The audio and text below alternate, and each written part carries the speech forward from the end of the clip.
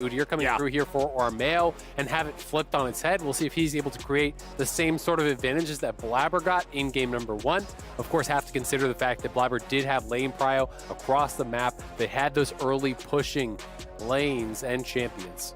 Yeah, Blaber did a good job in game number 1, right? He was playing a powerful early game jungler. He got his team a very powerful early game lead, but now you're Udyr in a team fight. You're a guy who runs up and punches people one time. That's not as big of a deal as this horse breaking the enemy lines and just applying massive the cavalry charge. Pressure. You're just a dude in a turtle. Yeah, it just don't work. But the cavalry has been split up this time. Remember in game number 1, Team Liquid's first rotation was Hecarim Rell. This time around with the Hecarim picked away, the junglers switch, but the Rell priority remains. And you can also see, hovering the Kaisa here, they may want to break up that Rell-Kaisa duo. That is the classic duo bot lane. Of course, you can put other pairings alongside it. The Xayah may be a run back there for TL. I think it worked out pretty well there for Tactical. But I think this is a good takeaway. It denies the strongest diving marksman alongside Rell, who wants to facilitate those dives. Orianna, also a smart pick. They're denying combinations for TL, but they're not doing it at the expense of their own draft. And that's something that I think sometimes teams lose sight of. They're like, oh crap, we got to take this away, but it doesn't fit into their comp. But you have Hecarim. Kaisa can dive alongside Hecarim. You have Orianna to pair with that as well. Pop the ball on his head, hit the shockwave as the follow-up. Kaisa comes in over top. You take away a powerful combo from your opponents. You build a powerful combo for yourself. Not much to dislike about that. And we have the Gnar picked up here as the final pick in the first half of the draft for Team Liquid. Remember, this one was also banned away back in game number 1. Had to be pushed to the side for the changes here in the second game, which means he does make his way onto the Rift, and he will be piloted by Alphari. Now looking at how the bans will shape up, the teams have a little bit of differences here. We've got a jungler, an AD carry, and a mid laner versus a jungler, a support, and a top laner. So the second half of the bans will look rather different. Alistar banned away by TL. They don't want to allow Vulcan back onto that one, and we'll see that Xayah banned out. Tactical did a great job in game number 1, being able to drop aggro, position himself well, and we know it was his performance in the final team fight that sealed the deal. So I fully understand taking that off. Makes a lot of sense, especially when you talked about what Cloud9 want to do with their comp. So far, the first 3 looks like dive, right? And Xayah is someone who can actually answer that. Sylas was a key pick last time these guys played around, and you're already seeing, all right, well, Shockwave, Hecarim ult, those are pretty strong. If we're going to be drafting some other champions that have some powerful ultimates, we do not want to give this over. Gnar will be blind top. TF comes through. These were bans that Cloud9 threw down in the first round last time. So they are open. Team Liquid will grab them. Immediately, you know, Team Liquid want to spread the map. They're looking for 1-3-1. It's going to be critical to see what the answer is. And it is Malphite. So, oh my God. Holy. Go. And when you see those two come through, you're like, yep, better be inside. Let's get that out of there. Yeah. Rakan ult, that would have been GG. So they get him out of there. Isaac, they have Hecarim, Malphite, and Rakan. These are all 3 champions that when you see them on a team, you're like, all right, just their presence alone means you have strong engage. Yeah. But all 3 of them together, good lord. So this is very different strategies being brought to the table here. Team Liquid, they want to spread the map. They don't want to see a 5v5 the whole game if they can help it. Right. You spread the map, you play TF towards the Gnar, you're going to have prio up there, you look to create advantages, put the Gnar ahead so Malphite's locked under his turret, losing plates. Then, you rotate your bot lane up towards mid, you get Jensen out to a side lane later on in the game, you play the 1-3-1, you utilize Rell, Sivir, as well as the Udyr as a solid 3-man core who are playing around mid, strong with the wave clear, so that they can't get sieged on mid. Cloud9, on the other side, it's got to be about the engage, right? Yeah. They have got to show up and find the way to go immediately because TL will be in a side lane, knocking on your door, taking down towers, accumulating slow, steady advantages.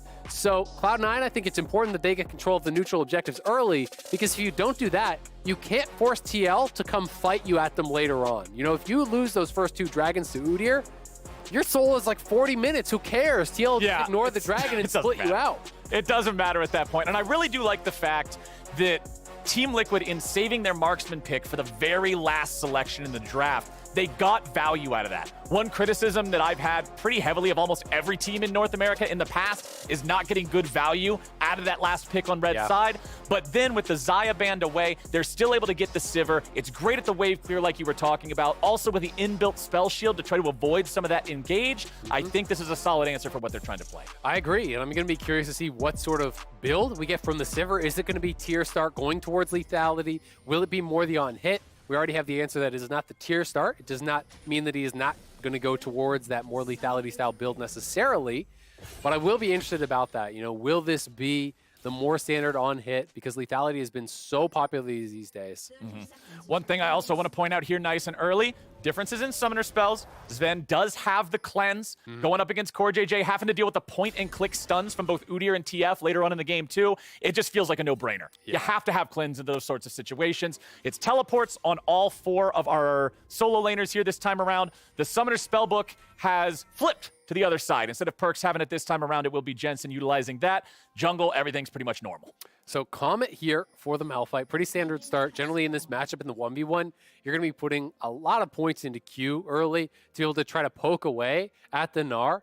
And if Gnar gets ahead, your poke just starts to not matter at all, right? He starts to shrug it off. Your damage becomes pretty irrelevant. At that point in the game, you're just relegated to just trying to hold out under your tower. I still think he's going to go towards, you know, a standard tank style build, likely Iceborne, and be that real frontliner. I don't think he's going to do anything wacky and commit to a full AP. Right, no ballistic missile Malphite. No, this is just purely for the lane phase to try to not allow you to get run over in those early levels. Yeah, Malphite still being a pretty classic champion all the way back in Season 1. His laning patterns, his trading patterns are pretty simple.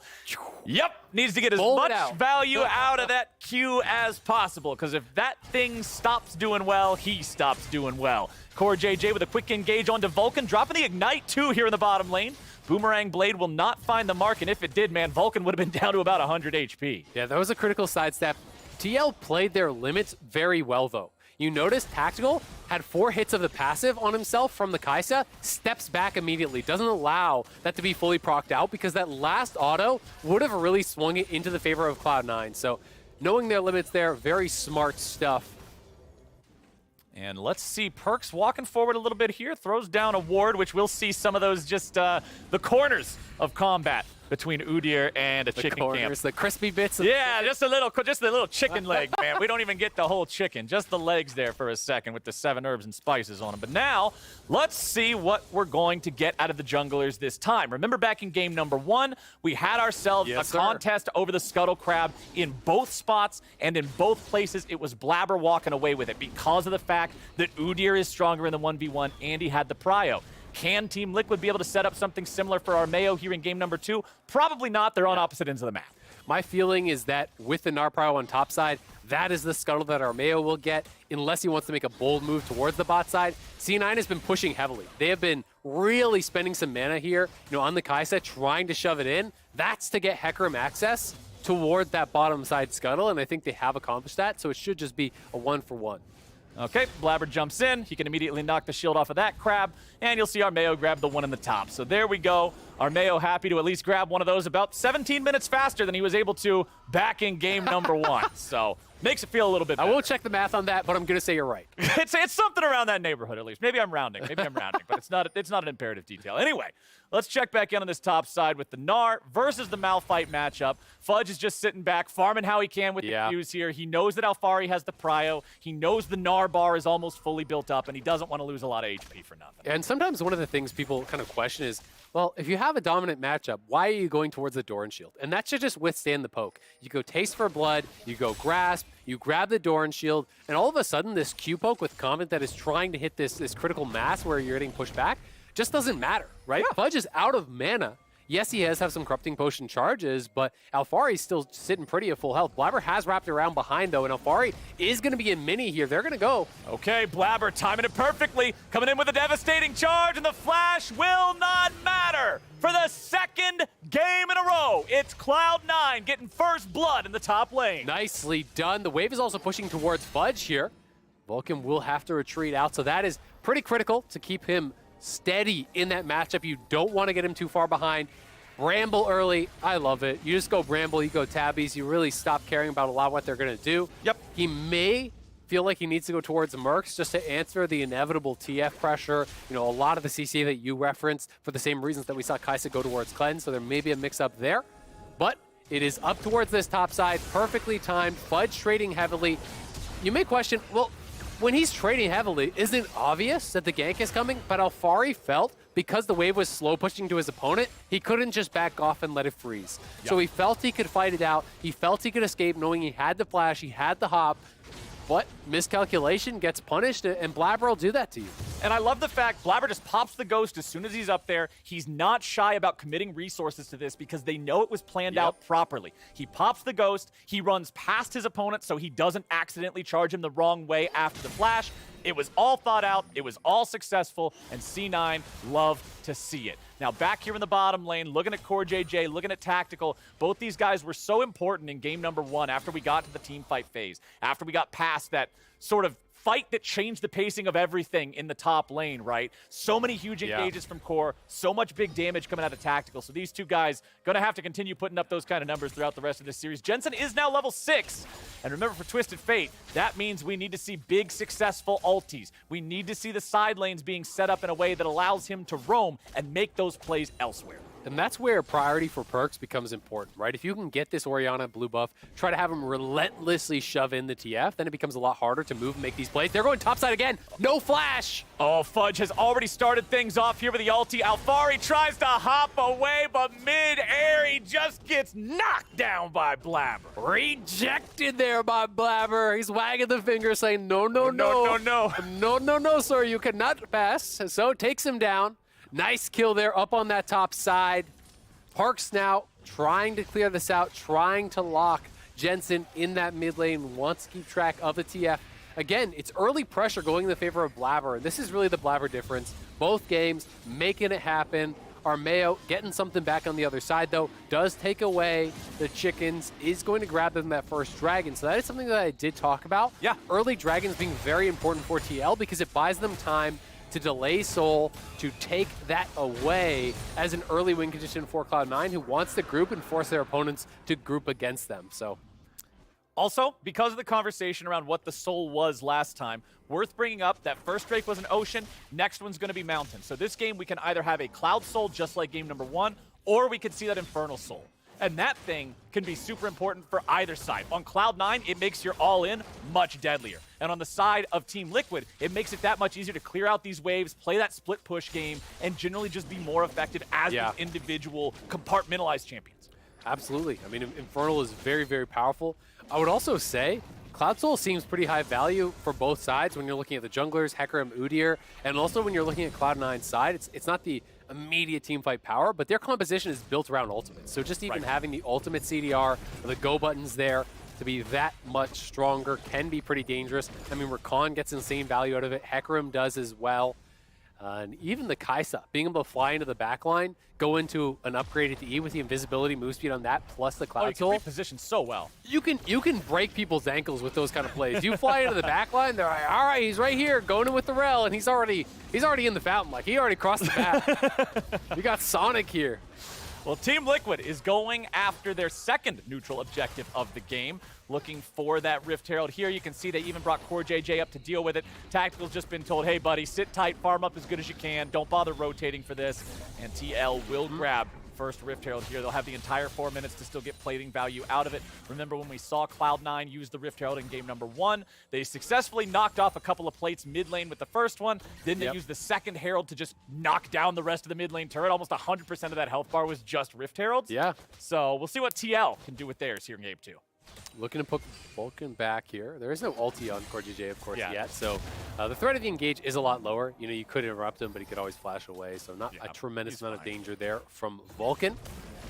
He's fine. You take the blast cone over the wall. If they interrupt it, grand entrance turns into a grand exit. See you later. Not really too big of a problem, but Fudge will try to freeze the wave to the best of his ability up here. Does not want to allow this to get back to a neutral point. Yeah, he is taking a lot of damage, and he's already 3 waves of farm behind his opponent. So Alphari is forced to at least stop his back, stick around long enough to make sure that this wave marches a bit further forward. Fudge down to about half HP. Armao's up here. Alphari with a flash away. It'll turn into a 2v2. And as soon as they see Armao, they're like, all right, can't do it again. Yep. Armao gets spotted. They back it up It is the ulti plus a ghost on the Cloud9 side for the Alphari flash. I still say you're pretty happy about that, because without the flash, you can't Gnar hop out of a Malphite ult. It's just not going to happen. So now you become a lot more nervous. You wait a minute, the Malphite ultimate comes back up, and you know, all right, if I'm pushing, I got to be careful. This is getting pretty risky. So that will relieve a little bit of pressure up on the top side. Armao here on the side will push Blaber out. Blaber with the devastating charge to escape away from the bear slap, but still just hanging around here a little bit. Do they want to drop the Rift Herald here? I wonder. CoreJJ running away from Vulcan on the other side of the map. And yeah, they'll take down the first plate. They'll take down the second plate, and then Shelly picks up number 3 and number 4. That's 80% of a turret's health bar right there. Nice money picked up by Team Liquid. Yeah, because Fudge had to go back to base and didn't have ultimate, even if he stayed around with low mana, not like you can really threaten anything there. So I do think it's a smart play. They want to get their split pushers ahead. You can see, though, that Cloud9 is indexing heavily towards Perkz. I believe I already saw 3 pairs of the anti-CC boots being grabbed up there. They are not looking to get locked down.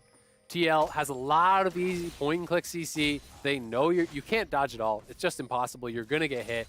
It's already on the support. It's already on the jungle as well as the mid lane. People are such a fan of Lucidity boots these days, but you've got to make the pit stop against this kind of composition. You got to respect what you're up against, right? You can't just go for the cookie cutter build all the time. Leave that for Christmas with grandma. Get in there, look at the situation you're actually in, and have some insight into what's got to be built. I love the fact that we're seeing all those Mercury treads here. Fudge rotating over to mid lane. He will walk over a couple of different wards. His ulti's just about up. Jensen's got to be careful here, but the onslaught of shadows coming in. Jensen with the flash away, and C9 picks up another summoner spell. This is good stuff. We'll see if they can actually punish both those flashes being down now for Alphari as well as Jensen. Blaber, I believe, got that there too. Yeah, buddy. They're playing so heavily around the ulti cooldowns. You know, I referenced that as one of the powers of the composition when you're thinking about Cloud Dragons and their usefulness for the comp. Anytime you got Malphite ult, anytime you got that Hecarim ult, you want to look to threaten plays. You want to tax your opponent's resources, keep them on the back foot. And we'll see if C9 is going to make a move towards this next dragon. Because with multiple flashes missing on the solo lanes, the engage from Cloud9 becomes very difficult to avoid. And they are going to want to have some sort of tool to force TL to group, to force TL to 5v5 later on in the game. And Soul, I think, is that. So we'll see if they want to prioritize it. Okay, Alphari makes his way back to the lane now. Armao also up here around the top side once again.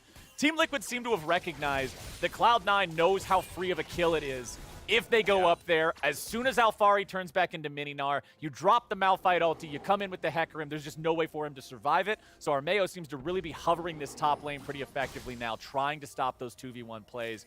Back here in mid lane, the farm's all equal. It's nice and tied up. Everything's cool there. But the big story that I'm looking at so far, we're 13 minutes into the game. I still really haven't seen a Twisted Fate play just yet, which for Cloud9 is great news. Exactly. I mean, Perkz has been putting on enough pressure. They haven't felt that they have seen the windows in those side lanes to make something happen. So, you know, if you're Orianna and you're going to AFK farm mid against a TF, you're smiling. That's a great position for you to be in. Cloud9 will make the move towards this. They do have TP on Malphite. They have some ultis available. They know solo laners are missing flashes, so I don't think TL will contest this one. Nope. They're going to be happy to have taken the first dragon and pushed back the soul, because we think about the first dragon for Cloud9 last game. That was pre-7 minutes. They were threatening such an early 4 dragons. This one here is taken at 13 minutes, so it's been pushed back a lot, and that's going to buy time for TL to try to get things done in the side.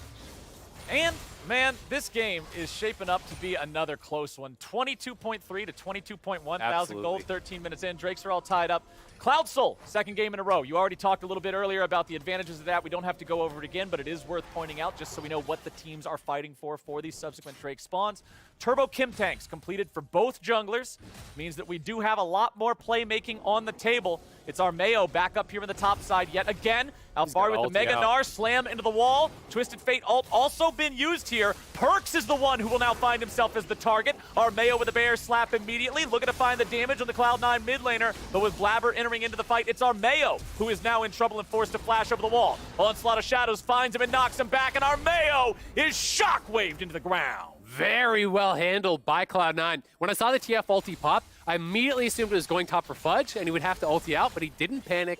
He waited. He saw where it was going. He held on to the ulti, which, even though he wasn't involved in that Udyr kill, was actually critical. Because if he had used his ulti in retreat, Alphari and Jensen could have committed to the fight and really turned that around. With the threat of a flash Malphite ultimate there and no flash on Jensen, he just had to retreat, and it left Armao out to dry there. It means he goes down. It means Cloud9 get this Herald with their Kaisa still farming bot, by the way. They didn't have to overcommit to do it, and this is big for Cloud9. And not only do they kill Armao off, they get the flash in the same play. He flashes and still dies. And for a champion with no other gap closers, that means so much. Yeah. The next 4.5 minutes, Udyr loses that ability to really extend that playmaking capability and start something off. So nothing but good news here for Cloud9 during that sequence of events. As Team Liquid goes right back into the farming here. So it is not the Iceborne, it is double Chem Tank actually on the C9 side. So they want to go. This is Chem Tank even on the Malphite. More commonly, you do see the Iceborne as long as you're talking about solo queue and stuff, but I think it makes a lot of sense here. You know, he's saying, who cares about the 1v1? I'm just going to be farming in my tower anyway. If I can have that added bit of a gap closer, maybe I can find ultis without having my flash. Maybe I can threaten them a little bit more effectively. And this is the same sort of a thought process that we saw at the end of last game when he switches over to the Prowler's Claw, right? He's not thinking, what is objectively the best for me in all situations averaged together? It's, what does the best right here for us to win this game? And if the answer is Chem Tank, Fudge is building Chem Tank. Makes a lot of sense. I like to see intelligent itemization there. Also worth checking back in, Tactical is towards the Gale Force, so this is on hit. Suspected as much when I saw that it was the lethal tempo. Right. Armao, remember, no flash. They're going for it. Armao is the target, and the target is found. Cloud9 take down the enemy jungler yet again. Committing quite a few ultis to do it, but they do take him down. And Alphari has moved down here as well.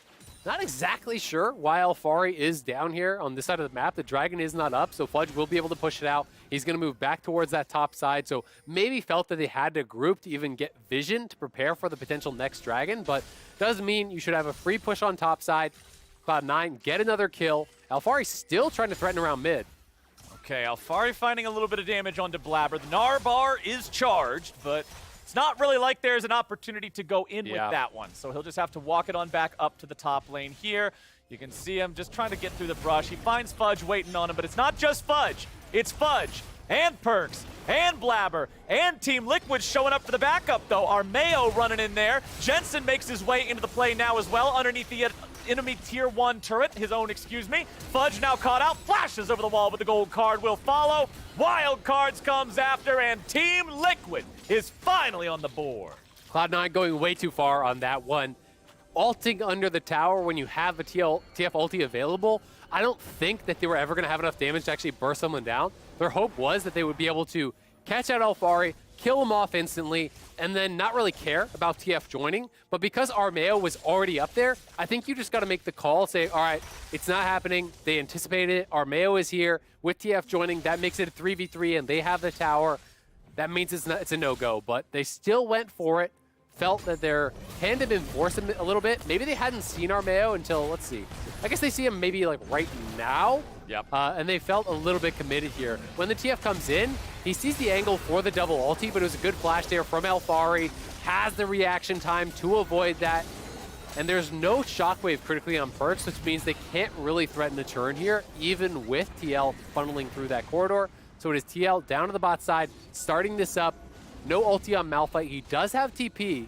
We'll see if Cloud9 are even going to try to contest this. It looks like they just want to trade mid for it, but they are moving down now. Shelly has been summoned up in mid lane. Jensen rotating over to the Drake now. TP coming in for Cloud9, and it's Fudge with the ulti on arrival. Armao walks away with about 300 HP. Alphari's going to be tanking here in the back, trying to draw some aggro over to himself. Jumps over the wall, gets away. Dragon resets, but it's still Cloud9 with 5-man control over the river, and they will take that objective. Nicely done. They push him back there. They don't get any kills. The Malphite ult was on some tanky targets there. Armao gets low, but he does retreat. Critically, though, Cloud9, they get the Rift Herald charge mid. They get the Dragon for themselves. Jensen up to the top side, getting these lanes moving in the right direction here for TL. He's got a lot of farm to his name here, plus the TF passive. Means he's going to be out to a very quick 2 items here pretty shortly for Jensen. You can see gold leader in the game currently, almost at 8,000 gold. TF passive, and he's got that Everfrost done, and this item is incredibly strong on a ton of champions, but especially for a champion that already has a point-and-click CC, you're pretty much guaranteeing yourself 3 to 4 seconds of chain CC with nobody else helping you. Absolutely. And when you also look at what does Cloud9 want to do? They want to run at you, which naturally forces people to group up. When you have Hecarim, Malphite, as well as the Rakan all flying in towards you, if you can get an Everfrost route there to potentially protect Tactical from a Rakan flying in, that can be game-changing, and I think it's an intelligent build. Also, with the Sheen pickup, looks like he's probably going towards the more aggressive build of that Lich Bane second instead of the Rapid Fire second. We'll see if he wants to go towards the Rapid Fire next or if he'll go towards more of that kind of battle style and complete the stopwatch into his Zonias. That is a build that I know High is much more of a fan of. Yeah. He prefers the additional AP threat. Yeah, the Rapid Fire is great for playmaking and setup, but considering the actual stats of the item are very much not that great for AP Twisted Fate's role that he wants to play. And you got CoreJJ. You don't need to engage. You got CoreJJ himself. Item completed for the second time over here for Tactical. Essence Reaver online, man. Okay, so the Sivir up to the 2-item power spike, and Zven, not to be left behind, will complete his second one here with Collector just now being completed as Tactical is passed off the red buff. We are 21 minutes into the game with a 1,000 gold lead for the side of TL. Despite being down in kills, their lead in turrets and their good farming. Look at the farm state everywhere here. You can see it's pretty even in bottom, pretty even in mid. There's a bit of an advantage for Blaber in the jungle, but the top side, that almost 30 farm advantage for the side of Team Liquid and for Alphari specifically, comboed with Twisted Fate's passive, just means a lot more money. And look at the setup now. This is what I was talking about in draft, what TL wants to get towards, and they have arrived there. Sivir in the mid, you can have CoreJJ as well as Armao moving around, but largely trying to protect the Sivir. Your solos go out to the side lanes, and you try to force C9 to answer with bad matchups. You try to have the Malphite, who has this chem tank, who's all about the engage, he's not about the 1v1, to answer the Gnar, to get whittled down. And you have, with that Essence Reaver, essentially infinite wave clear on the Sivir. If you don't have a Baron buff or something, you shred the waves, you will never run out of mana. You see, didn't you have to use the Q to instantly kill off that wave? Yeah. It's just ricochet over and over and over again. TP coming in. A TP showing up. Here comes the Twisted Fate ulti. Team Liquid's looking to collapse, and here they go. The target will be Perkz. The chain CC comes down. Welcome to the League of Everfrost. Alphari grabs the first kill. Tactical takes the second. Oh, they want Baron. 22 minutes into the game, Team Liquid dares Cloud9 to challenge them at Baron. They peeled him apart. They made him answer the side lane. They get a TP coming in, the TF coming in. And now it's up to Blaber to try to make some magic happen. Here we go. C9, they've got the ulti ready for Blaber. They know that they can try to flip this. 50-50's what it could be. Alphari goes over the wall with a mega Gnar. They got him locked down. Blaber's almost dead, but almost will not happen just yet. Jensen with a save that's keeping himself alive. Armao's still in the Baron. Fudge is about to die, and Tactical ends up getting the kill. The Baron is taken low. The Baron is taken down. Team Liquid taking control of this game. Forget 50-50. How about 100-0 TL? Take the turn. They keep the Udyr on the Baron so it does not reset. Because they had the man advantage, they're able to do this. Look at this. Alphari over the wall, catches them both. CoreJJ with the follow-up. Zven hit with the Everfrost lockdown, has to flash out. So even though Fudge finds a nice ulti onto Jensen, Zven's already out of there. He could not get in to try to finish off that kill, and it looks like the red buff from Tactical getting it for him. TL with the first major strike, the first major advantage in this game too. It was set up so damn well into the 1-3-1, spread the map, have a deep TP ward, catch out Perkz with both the TF ulti and the TP from Alphari.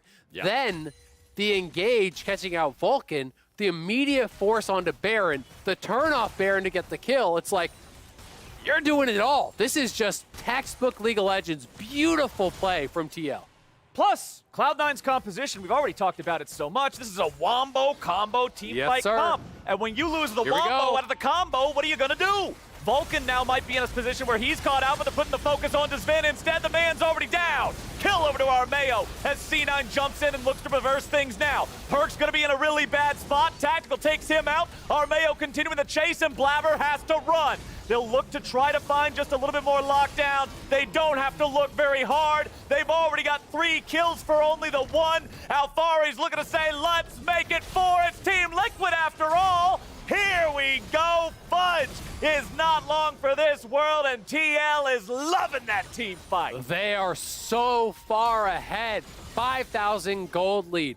No sign of soul here for C9 whatsoever. With the Baron buff still having a minute on it, they're going to pick up even more towers. They're going to get bot. They're going to get mid, if not a second mid tower.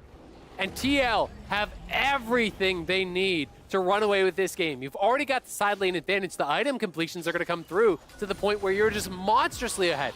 They are having no hesitation at all. Armao flying in, TF ulti coming across, CoreJJ overlapping across the top with the ulti, finding the rest of them, tactical as well as Alphari, sectioning off Perkz, who is trying to run over there, get back to his team.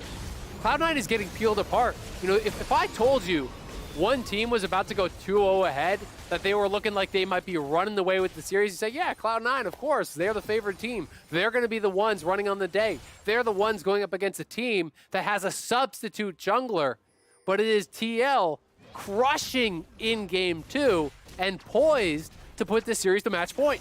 And if I had to give a name to this series so far, I would call it Team Liquid and the 20-minute top lane team fight. Because both games, around 20 minutes, they found the play that they needed in the top lane that put them into a spot where they could then command the pace of the game thereafter. Let's see what Jensen can get done here now. He's in the enemy jungle, bouncing back and forth between a couple of lanes, and this is where that multi-prong pressure that TL drafted really comes into play. Because these guys can threaten so many different sites at once. You've got the Gnar, you've got the Udyr. Tactical can shove waves up so incredibly quickly.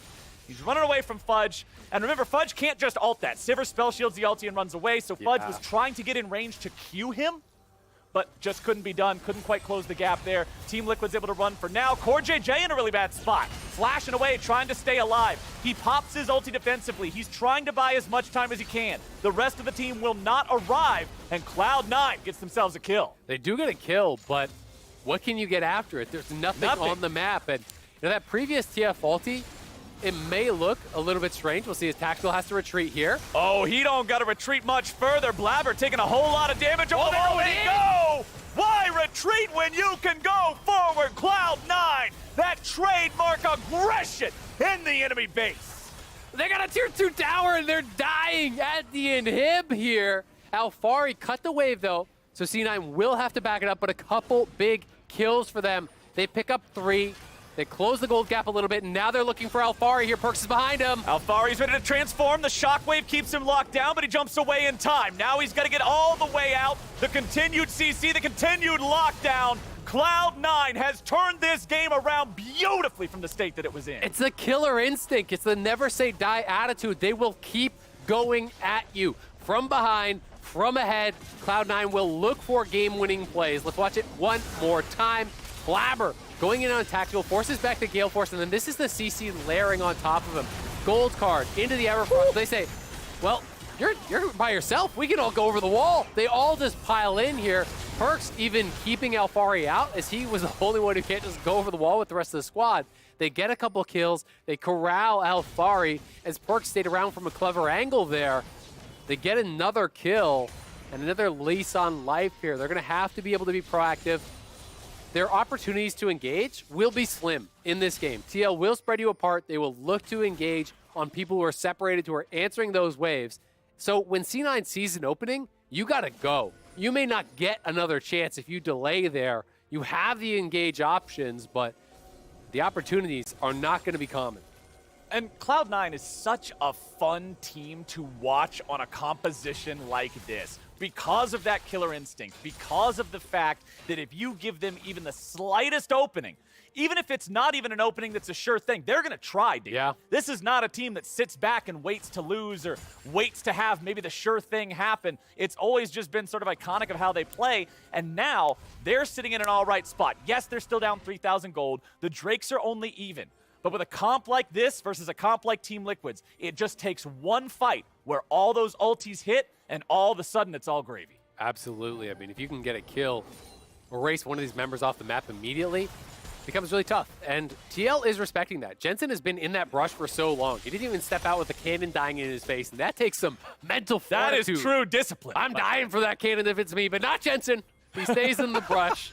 He's waiting for people to show, because everyone's missing on the map from Cloud9, and now Cloud9 is looking for an engage here. Blaber goes in, but he only finds the ulti onto Armao, but he still gets the flash. And look at the side lanes. TL pushing. So Cloud9 tries to group, tries to force, aren't able to get a kill. Now the side lanes back off as the three-man squad has been pushed, and it is this push and pull that TL will try to navigate, where you move forward. As soon as you see someone elsewhere on the map, all right, push in, try to threaten towers, try to threaten objectives, and that is what they're going to be looking for here. And the three-man squad has to be diligent, because if Cloud9 goes missing in groups and your three-man squad gets engaged on and dies, well, your split push is out the window. Yep. Now your solos have got to group and try to defend, and that's not a position they want to be in. Okay, Cloud9, let's see if they want to try to contest this 5th Drake of the game, which will be the 3rd one here for TL. You already talked again about how valuable that Cloud Soul could be for either side, and now it's Team Liquid who are on Soul Point. So C9 will need to come and try to contest that next one. Fortunately for them, their composition does do very well in those sorts of close quarters fights in the Dragon Pit, in the river.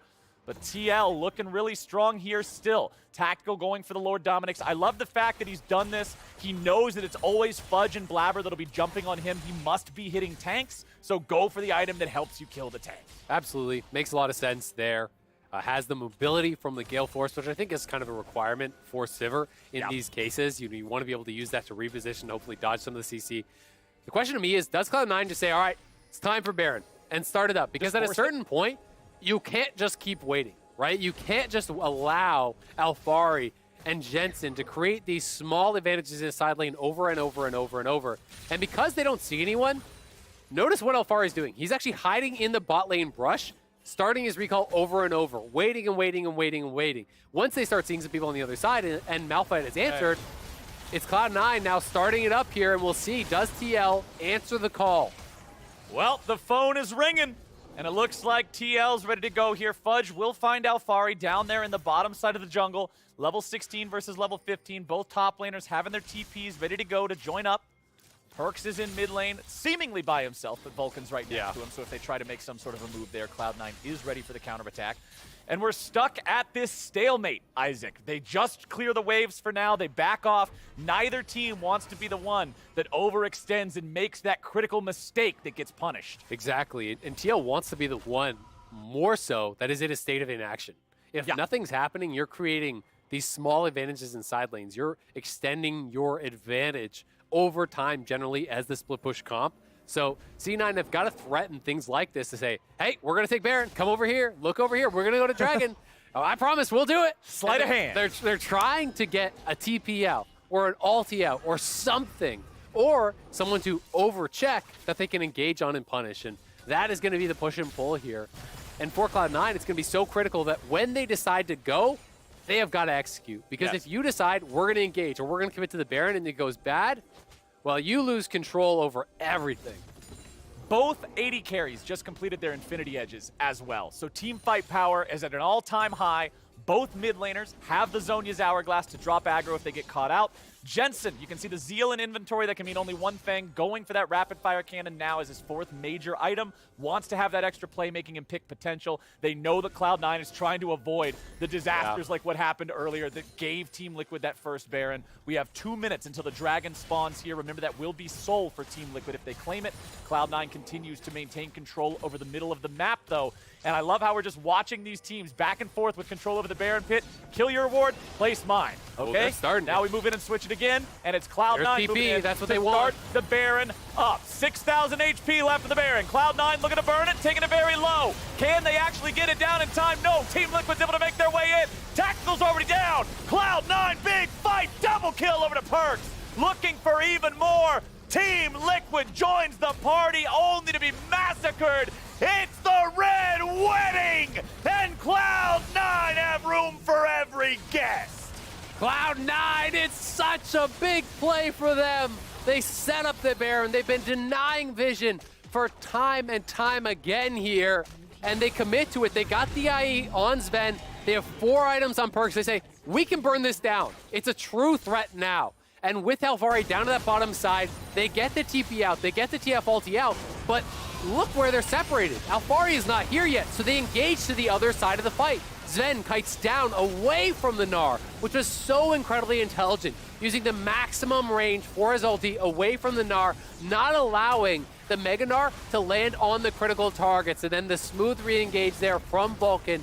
They have so much CC, so much power if you can find these fights. Tactical got caught. He knows it. Those deaths hurt so much as a pro player. When you die with Flash, when you die with Gale Force, he is kicking himself and saying, if only I reacted, if only I positioned that little bit better, that would have been a different fight. And you can see it on the damage charts. Yes, right? sir. Tactical did less damage than Rakan. That's not a good sign for winning those fights here. When Alphari is the most contributing member to the damage charts on Team Liquid. Cloud9 now have the game back in their control, and it's Cloud9 pushing down the bottom lane. This is the kind of a squad that just goes for the throat right here. Why not? You can't split against this. It's a 5-man with the most insane engage ever. They're going to push you back off your tower, and the tower's just gone. They had to back up. As soon as they land the slow onto Tactical and Blaber is threatening with that devastating charge, there is no choice but to retreat. First inhibitor already down, still 90 seconds left to go here in the Baron. The Drake is also alive. C9 can stop off and take that if they want to. Yeah. And it looks like that might be the play here, or they could rotate over. Oh, they're going to try to cut off Alphari. It's a TP behind him.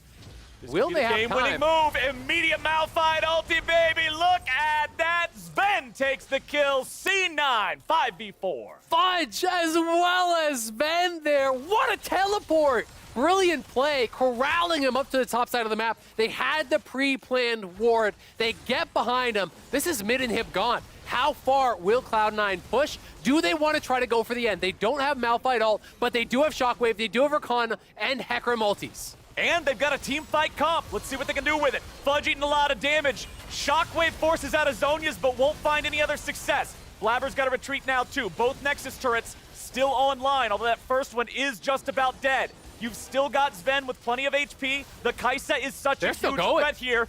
Jensen with a gold card locked in. That's going to fade away here in just a moment. Cloud9, remember in game one, they overstayed looking for a Nexus that they shouldn't have. They will not commit the same sin twice. They back away and they'll take the Drake. They know if they fail to end there, you lose soul. So they're going to back it up. They're going to grab Dragon.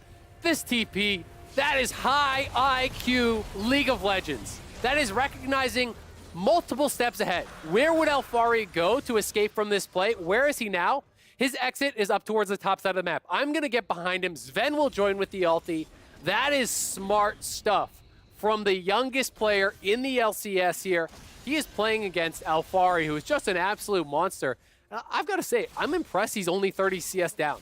You know, I wouldn't be surprised in this kind of game where there's the push and pull, you're forced to group as the Malphite, to see an enormous CS advantage, but he has stayed relevant. He has found the opportunities when they present themselves, and we are still in such a tight game. Both teams, again, at Soul Point. It's flashback to last game, and it's going to be who can land the smite, who can have the play. Because Cloud9 have a nasty turn at that Dragon if TL show up to fight. So we'll see if they're even willing to look to try to contest it. Okay, we've got Perkz with the teleport into the top lane, making sure he's able to group up with the rest of the squad. 2 open inhibs. Team Liquid has a really difficult spot they have to play from right now. Tough. 2 inhibitors already down, constant pressure in both of those lanes, and C9 is now grouped up, ready to apply similar pressure to the last remaining inhibitor standing. I mean, you remember what they did at the bot lane? They pop the ghost, they move forward, they say, hey, we're going to dive you, we're going to dive you, back it up, back it up. If you do that, you can just take the tower, but it's a TP flank here from Alphari. This could be the game right now. Cloud9's going to play this right. Alphari with a Mega Gnar. 3 people slammed up into the wall. Alphari backing away now. Cloud9 hasn't lost a single person yet. The Shockwave's not going to find much of anything. Cloud9 taken very low. Fudge is already dead. Tactical goes forward with the Gale Force. He wants the second kill here onto Blaber. C9. They take down the enemy jungler, but they lose theirs and top lane too.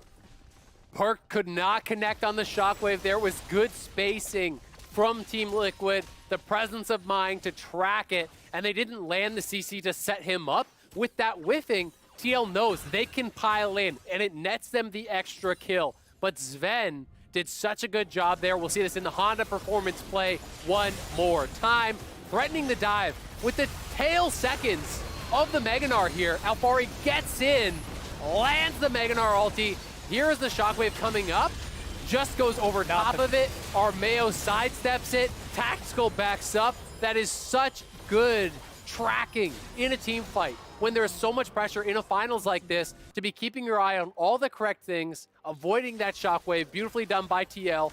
If that lands on critical members, I mean, if that's tactical caught by the ball and dead, that's GG. So that's huge for them. And now it's going to be about Baron setup again. 15 seconds on that. Open inhib's still there. One low Nexus tower is all that stands between Cloud9 and the game. Only Fudge has TP, though. Remember, Perkz used his to get into the top lane before that fight, so it's not like Cloud9 can make some sort of a crazy backdoor play. There's no wards for that either. C9 will go ahead and start up the Baron. Only as 2. You have so much damage from Zven's Kaisa. Look at how fast this is dropping as a 2-man. This is going to be removed from some of his rifts so rapidly. Fudge getting caught out. Gargoyle's Stoneplate will buy him a little bit of extra time. The Baron has already been taken. CoreJJ goes down. Fudge goes in, and Tactical is about to drop. The Shockwave finds its way onto Armao. Perkz is already godlike. Another shutdown coming through for Zven, and Cloud9 find everything they came for. Alphari and Jensen must run. It is a 5v2 here on the map. Make it a 5v1. Alphari the last to die. Zven is unstoppable, and Cloud9 answers in game 2. They've got it. Fudge TP's right at the top side. They got the Baron minions. One tower between them and victory. Cloud9, make it happen. Jensen cannot hold the line here. There is only so much Twisted Fate can accomplish on his own. Another close game, a banger of a series so far, and Cloud9 tie it up. What more can you ask for? 2 back-to-back games, so tightly contested. Different play styles being demonstrated, different drafts being demonstrated. Team Liquid in this game, they go to the picks that were banned from them in game number 1, and they created strong advantages. But C9 constantly threatened the Baron. They constantly controlled vision around the Baron, and they forced TL to take fights that they were not equipped to take. And I think that was so impressive. Without that really strong layering of vision control, TL would have just split you out. But because TL never had eyes on Cloud9, you could see that the side lanes were hesitant to push forward. The 3-man squad was hesitant to check Baron, and they didn't get to progress the game state at the rate that they would have liked to do. And that, to me, is something that can look like hesitation, can look like a misplay, but honestly, that is damn good vision control from Cloud9 to not be getting spotted, to know where the wards are, and to dominate the vision war where they needed to do it. And both of these games so far have showcased how these teams have played well to their strengths, and then even to the team that loses, right? Team Liquid had a commanding spot for a while there. They got that Baron around the 20-minute mark. They won the team fight on the top side, and then Cloud9 was able to come back better. First game, hey man, Cloud9 with a 4,000 gold lead, then Team Liquid comes back better. I'm just so happy. We're back in the studio. I can see my boy. He's over there. We're casting some League of Legends. You know it. It's all tied up. It's a banger. Let's go. Oh, this could not be going better for us here. We got a tied-up series as Cloud9 rises to the occasion. And now we've got that series and so much more ready to play. We'll be breaking it all down with a State Farm Analyst Desk right after this.